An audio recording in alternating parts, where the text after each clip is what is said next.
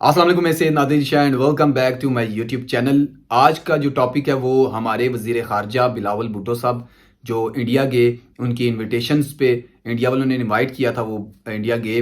تو ان کے جو وزیر خارجہ ہیں انہوں نے اپنی حیثیت، اپنی اوقات اور اپنی عوام کی تہذیب شو کرتے ہوئے کہ ہمارے ملک کی تہذیب کیا ہے، مہمان کو بلا کے اس کے ساتھ کس طرح کا رویہ اپنایا جاتا ہے، وہ شو کیا۔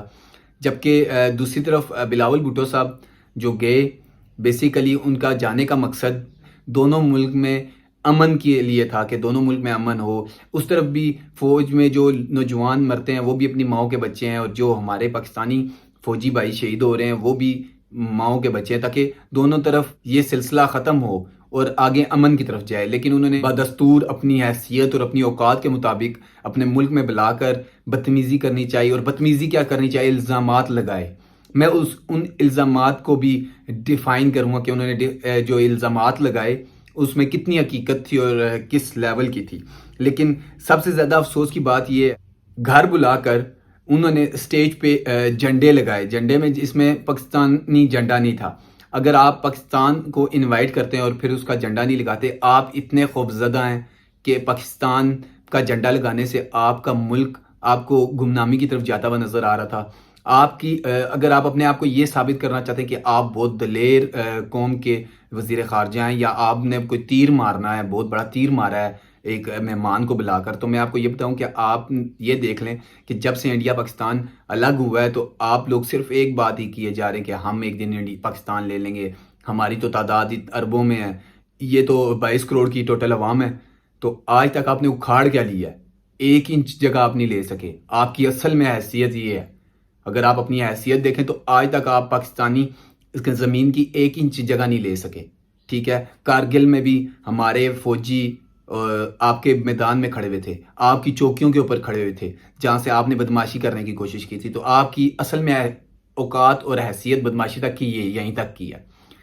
دوسری طرف میں جاتا ہوں، آپ نے کہا کہ پاکستان ایک دہشت گرد ملک ہے اور یہ دہشت گردوں کی پشت پناہی کرتا ہے۔ تو پوری دنیا میں آپ کا چہرہ بدنما اور داغ والا ہے۔ کشمیر میں جو ظلم اور زیادتی آپ کر رہے ہیں وہ دہشت گردی کی انتہا سے بھی زیادہ کی انتہا ہے، دہشت گردی سے بھی بڑھ کر ہے جو آپ کشمیر میں کر رہے ہیں، ٹھیک ہے۔ بے گناہ لوگوں کی جانوں سے کھیل رہے ہیں۔ دوسری طرف آپ کے ملک میں اپنے میں 50 لوگ مرتے ہیں۔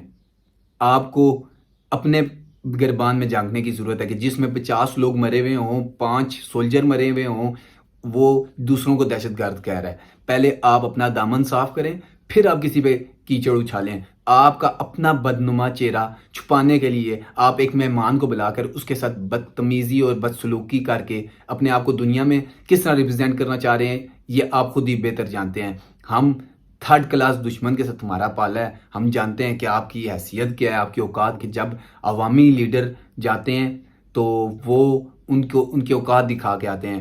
آپ نے ایک وزیر خارجہ جو بھیجنے کے لیے چنا بلاول صاحب، وہ اس لیول کے ہی نہیں تھے کہ وہ اس ملک میں جاتے، ایسے 3rd کلاس لوگوں میں جاتے اور اپنے آپ کو ریپرزینٹ کرنے کی کوشش کرتے۔ یہاں اگر شاہ محمود قریشی ہوتے یا عمران خان صاحب ہوتے، میں ایک کلپ چلانا چاہوں گا عمران خان صاحب کا، یہ اس کی تو اوقات ہی نہیں ہے نا کچھ۔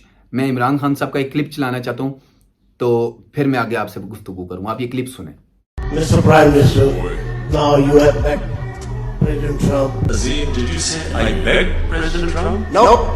I've never begged any from anyone. آپ نے یہ کلپ سنا؟